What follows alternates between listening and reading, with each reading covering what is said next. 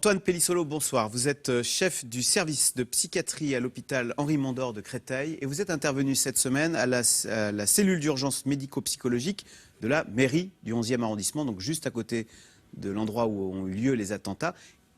Donc beaucoup de gens sont venus vous voir, on imagine, mais quel était le profil? Qui est venu vous voir? Qui a eu besoin d'aller voir un psy cette semaine? Alors, beaucoup de monde, vraiment beaucoup de monde. C'est pour ça d'ailleurs que moi j'ai participé en renfort, alors qu'au départ, ce n'est pas mon activité principale, parce qu'il y avait vraiment beaucoup de besoins, essentiellement des gens du quartier des attentats, c'est-à-dire le Bataclan et le 10e, 11e, avec vraiment un vécu de stress aigu, comme on dit. Alors, c'est ce qu'on appelle ensuite le stress post-traumatique, mais un état de tension nerveuse.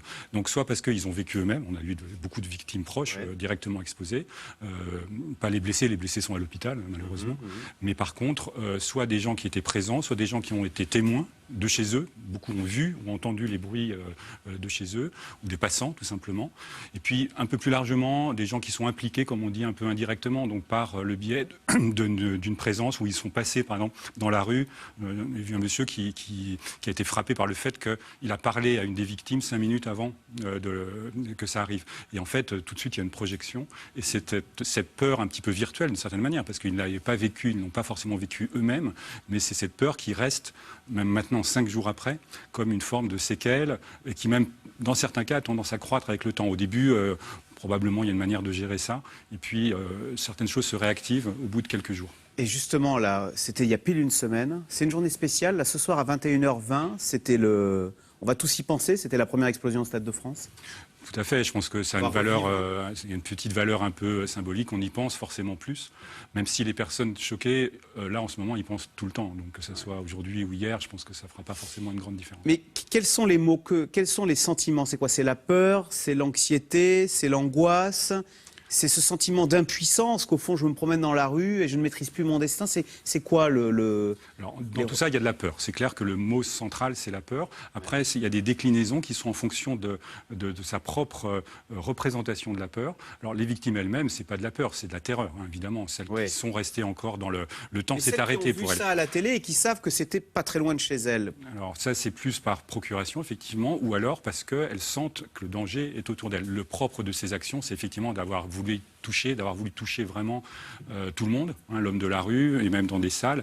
Donc ça veut dire que chacun, et on l'a bien vu là, à Paris, voire même plus loin, se projette dans l'idée que ça peut lui arriver à tout moment. Alors justement, effectivement, cette semaine, le trafic dans le métro parisien avait sérieusement chuté. Je vous propose d'écouter 2 petits témoignages de passagers qui expliquent qu'ils ont peur. C'est tout simple, vous allez voir, on les écoute.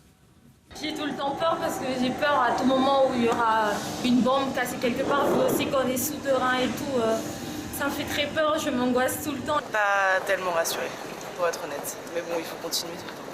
Et pourtant, elle est irrationnelle, cette peur. Le métro parisien, c'est 4 millions de passagers chaque jour. Il y a donc très peu de chances qu'on se retrouve au mieux. À la limite, c'est plus dangereux de faire du vélo dans Paris de nuit quand il pleut, là, comme en ce moment. Et de la moto.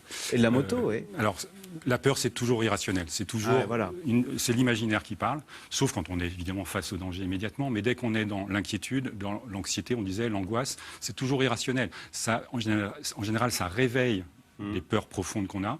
La plupart des gens que j'ai vus, moi, ils m'ont tous dit après coup, leur plus fort malaise, c'était de se retrouver tout seul, d'avoir peur d'être abandonné par les autres. D'ailleurs, ils se sentaient parfois vraiment abandonnés parce que sur le moment, ils étaient entourés. Et puis 3-4 jours après, ils se retrouvent chez eux tout seuls. Donc ça réveille cette peur de l'abandon, par exemple, pour beaucoup de gens. La mort, c'est quand même très lié à ça.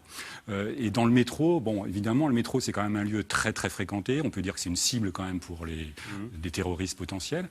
Et puis surtout, on est coincé dans le métro. On ne peut pas sortir facilement. Le métro, pour les cliniciens que nous sommes, c'est quand même un terrain de peur majeure, c'est-à-dire c'est là où on peut se faire attaquer, c'est là où on peut rester coincé, les claustrophobes, on peut attraper des maladies, enfin un certain nombre de choses. Il faut vivre dans un endroit où on sent que potentiellement on est une cible. Par là, ma question est-ce que si on vit dans un petit village dans le Larzac, on a peur? Non. Là, on se sent en sécurité. On peut se sentir en sécurité, effectivement, parce qu'on est moins ciblé.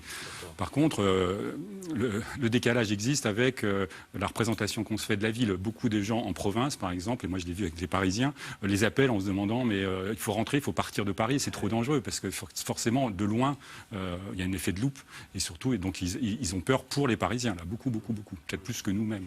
Mais on peut le comprendre, ça, au fond, une mère peut avoir peur pour son enfant à Paris, plus que l'enfant qui est dans le feu de l'action, Au fond, c'est souvent l'impuissance et le sentiment de ne pas avoir maîtrise sur les événements. En grande partie, c'est ça. C'est l'impossibilité de contrôler alors ce qui se passe en soi, puisqu'en fait, une grosse partie de la peur, elle vient de ses propres réactions.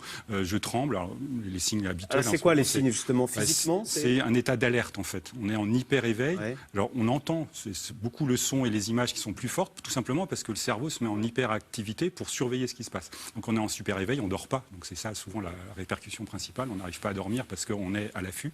Et puis, les tremblements, les sueurs, saute au moindre bruit, le cœur qui tape. Et dès que, exactement, le moindre bruit, en ce moment, c'est surtout les sirènes de pompiers, etc., qui réveillent la peur tout de suite. Et à l'inverse, est-ce que avoir peur, c'est pas aussi une façon de participer, de dire, voyez, moi aussi, je suis au cœur de l'événement, j'ai peur, donc j'existe? Alors ça, c'est peut-être secondairement, peut-être des reconstructions pour certains. Il y a beaucoup les réseaux sociaux, on voit des choses qui circulent, on voit bien que c'est du deuxième degré parfois. Mais non, la peur principale, elle prend aux tripes et ça, on ne peut pas jouer avec. Ou alors, parfois, c'est l'inverse. On a des gens qui sont dans le déni, d'une certaine manière, et c'est pas un défaut, c'est comme ça, on réagit comme on peut, qui ont clamé comme ça, même pas peur, etc., et qui, on sait bien, au moindre bruit, vont quand même sursauter et éventuellement se cacher. Parce que, et vous l'avez vu, ça? Vous en avez eu l'expérience? Ce que j'ai vu, moi, c'est par exemple des gens qui étaient pas forcément très exposés le soir du vendredi 13, mais qui sont allés à la manifestation ou du rassemblement du dimanche. Ah oui, à la place de la République. En affichant, on est là, et c'était bien de le faire. Voilà, on montre qu'on est déterminé. Sauf qu'il y a eu une fausse alerte avec, je crois, juste une ampoule qui a explosé. Et il y a eu un mouvement de foule. Ah oui. Ils m'ont raconté quasiment le même niveau de panique quasiment que devant les terroristes, enfin peut-être un peu moins.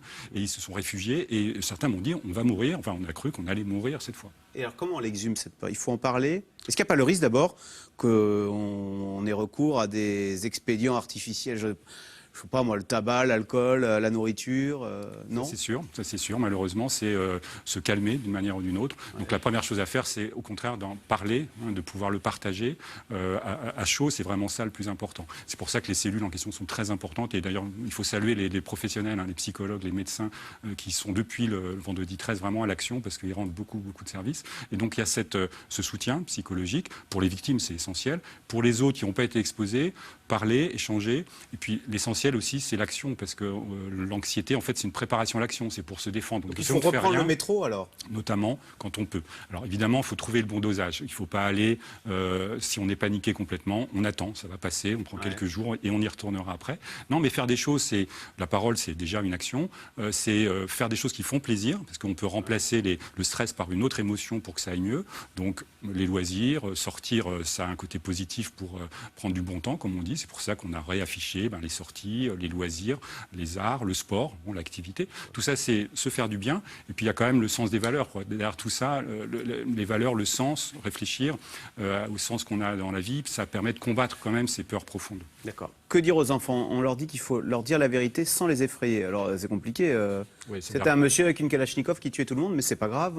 Non, mais c'est vrai que...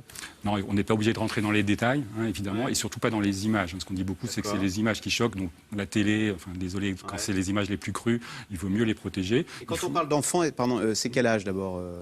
Jusqu'à 10 ans, je pense qu'il vaut mieux protéger, effectivement. Parce que ne rien dire, ça veut dire? Non, utiliser des mots, dire ce qui s'est passé. Il y a eu des morts, il y a eu des attentats, et il y a une surveillance, et notamment, on est en sécurité quand même. Il y a des policiers, voilà.